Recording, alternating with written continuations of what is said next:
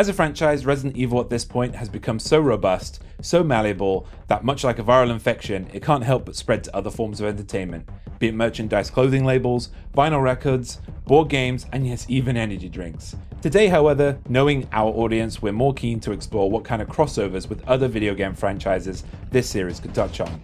Not to discount the heady heights of the likes of PUBG Mobile x Resident Evil 2 and Tom Clancy's The Division 2 x Resident Evil 25th Anniversary.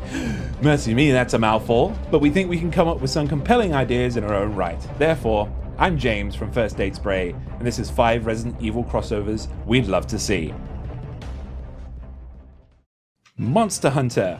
But wait, James, they already have is a completely valid answer, but Monster Hunter is a rich and varied world still ripe for more crisscrossing over to take advantage of. To the uninitiated, most entries in the Monster Hunter series involve you as a puny human-shaped punching bag taking on aspiring kaiju levels of beastly monsters, beating them up and using their parts to go from zero to ultimate monster hunting badass. The previous crossover between Resident Evil 2's remake and Monster Hunter World was a fun, goofy time, with skins and weaponry styled after the 1998 adventure, and even came with a zombie virus infecting your emotes. Most notably, however, may have well been the handler's costume, donning the appearance of a tyrant, hat and all with the animated wackiness they could muster. What we propose is more. Throw in some big old beasties to fight, like a supersized G3 or heck the Malakoda from Revelations, a massive beast. Let us hunters cut these monsters down so we can slap unnecessarily large eyeballs to our shoulders so we can look stylish the next time we hunt a Rathalos. Or some of them new fancy RE engine skins and weapons. You can even turn the handle into Steve Burnside. That'll make at least someone happy. Maybe. State of Decay. Now this one is a game you may not have really heard of. It's an open world zombie survival game where you as a player build up a community of survivors, gather resources, push back the zombie menace, or just roleplay your cruelest Walking Dead fantasies, while contending with a motley horde of both the traditional Romero style zombies and various freaky types like the Screamers, Bloaters, Juggernauts, and the ever deadly Ferals. The proposal here is that the game already features hero bonus characters that you can get, the in-universe soldiers called Red Talon soldiers that feature their own diverse and powerful movesets outright, which could, let's say, be co-opted by everyone's favourite and dare we say seasoned professional survivors of the Resident Evil cast. Who wants some random Spec Ops dude in scary armour when you can have Hunk, the Spec Ops dude in scary armour? Need a character who's a dab hand with a crowbar? Moira Burton's here to save the day. Have dire need of a plucky cop with a set of 90s curtains? In Swagger's Leon, so on and so forth. The bigger novelty here though is simple, an urban map that resembles the failing populace of a certain Midwestern town set in 1998. While we can't speak for everyone, the prospect of an urban focused map for State of Decay and being able to loot and scramble amidst of a facsimile of Raccoon City appeals to us. Heck, you could probably body swap the unique zombie types too if you dig into RE6 enough. The Juggernaut looks like the AEW counterpart to the WWE Whopper any day of the week. They even both have an enemy type literally named Screamer. Easy peasy. XCOM 2.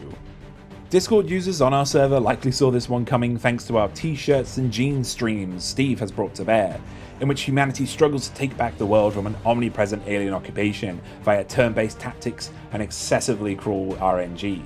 Truthfully though, this suggestion lies mostly thanks to the effort of the outright fantastic fan modding community of XCOM 2 itself, in no small part due to the efforts of the likes of users like Nerevar Rising 97, The Dopester, and Jblade 35, among many, many others. Resident Evil themed character models, voices both past and new, even some monsters have started showing up among a certain paramilitary resistance known for missing as many shots as they hit. The amount of fan-generated content is vast, enough to occasionally bring up Steve's wish of an honest-to-goodness Resident Evil turn-based tactics game, whatever you personally make of that. In lieu of that, however, the proposal of a more official collaboration with Capcom would be lovely. It wouldn't be too far out of the realms of possibility that Umbrella would rise up against the alien invaders, throwing their own BOW forces to contend against the Mutons and Sectoids. Well, that or side with them. Oh god, Hunter Chrysalids are a horrible mental image. Or heck, just have Chris Redfield and the BSAA get in there and punch everyone in a literal muscle suit. The weapons, characters, and cosmetic designs of the franchise have been brought in by the fans, and seeing the real developers getting the ball and running with it is something we'd love to see. Smash Brothers. To say that Smash has become the place for video game characters to cross over is an understatement. Well, that or Fortnite, but dang it, just put Jill in Smash. Capcom has been a part of Nintendo's All-Star Brawler for 7 years now and have contributed characters, stages, bosses, and assist trophies from some of their longest running series such as Mega Man and Street Fighter, and there's even Monster Hunter content in the most recent game. Resident Evil, aside from a handful of collectibles, is noticeably absent. Sure, Biohazard is aimed more at mature audiences than most of the Smash Bros roster, but if they can make it work for Sneaky, Neck Snappenberg, and Gunshoe McGee, then it can work for any number of Resident Evil characters. Jill and the Hot Dogger, Chris and all of those muscles, or even dropping in Leather Daddy and his exploding toys wouldn't be totally out of place. And now, how badly do you want to see Nemesis go toe-to-toe with Sephiroth? You didn't know you did, but now you know. Plus, Smash Bros DLC characters always come with really inventive stages and lists of great music. Imagine the sight of Pikachu and Bowser decking it out in the Spencer Mansion whilst the RE6 Raid Mode theme plays. Smash Bros is a video game Hall of Fame fever dream, and it's long past due that Resident Evil gets the invite. Capcom fighting games. Now first you might be thinking, what?